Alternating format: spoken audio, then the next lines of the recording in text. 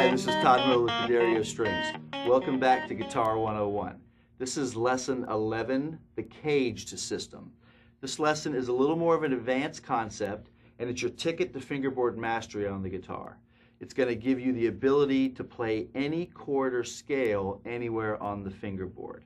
So the cage system is based on 5 different shapes: the C shape, the A shape, the G shape, the E shape, and the D shape. And these are all open chord shapes that you should already know. All right? So our goal for this lesson is going to be able to play a D chord in every position on the fingerboard. Okay? So let's take a look at our chord shapes. The first one is our C shape, and hopefully you can see how there's a little C chord in there that you already know how to play. It's got a new fingering, but the difference is you've got a bar behind it. So your first finger is actually going to bar, and it's going to turn this into a movable shape. Let's take a look at that on the guitar. Here's our open C chord. So now my first finger is going to take the place of the nut. If I put it back here behind the nut, you can see what it would look like if I had to bar that chord. So that would be a C chord if I had to bar it, if there was a fret here and not a nut. So if I move it up a half step, now I've got a C major shape, but I've turned it into a movable shape. So it's not a C chord anymore, but we do call it a C shape. So we've turned that regular old happy C chord that we know into a movable shape.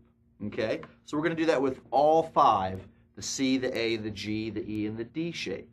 And actually, those are the only chord shapes that we use on the guitar. Everything else is just variations of those 5 shapes.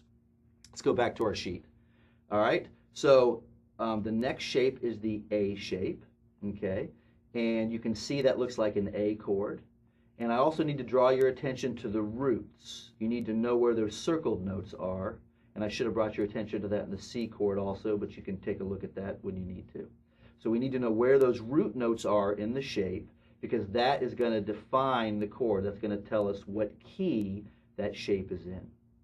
Next is our G shape. Notice the roots, and hopefully you can see that little G chord in there, but once again it's a new fingering, and our first finger is taking the place of the nut. Next is the E shape. See where the roots are. You can see that little E chord in there. And then finally is the D shape. This one's a little different. I've added a note in the bass that we don't normally play with a D chord. You might have played it with your thumb. Oftentimes you'll see a D with an F sharp in the bass, and that's what you're seeing here. But it's just a good note to kind of be able to see, since we sometimes we might want to play some different voicing using that shape. Let's go ahead and do each of these shapes in the key of D. All right, so we're going to take our C shape, and we're going to have to go, okay, the root note is under the pinky on the A string. So I'm going to move that shape so that the note under my pinky on the A string is a D. We're going to move these all to the key of D, just like we did with our bar chords. Same premise, we just have new shapes and the roots are in new locations. Here is my D major chord using C shape. Actually, let's scratch that out. We'll put this back in so it's a little cleaner. So now we've got our D major chord using C shape. My pinky's on the D root note. Looks like a C shape, but now it's a D chord. So now we're going to do a D major chord using A shape. The root note happens to be also on the A string.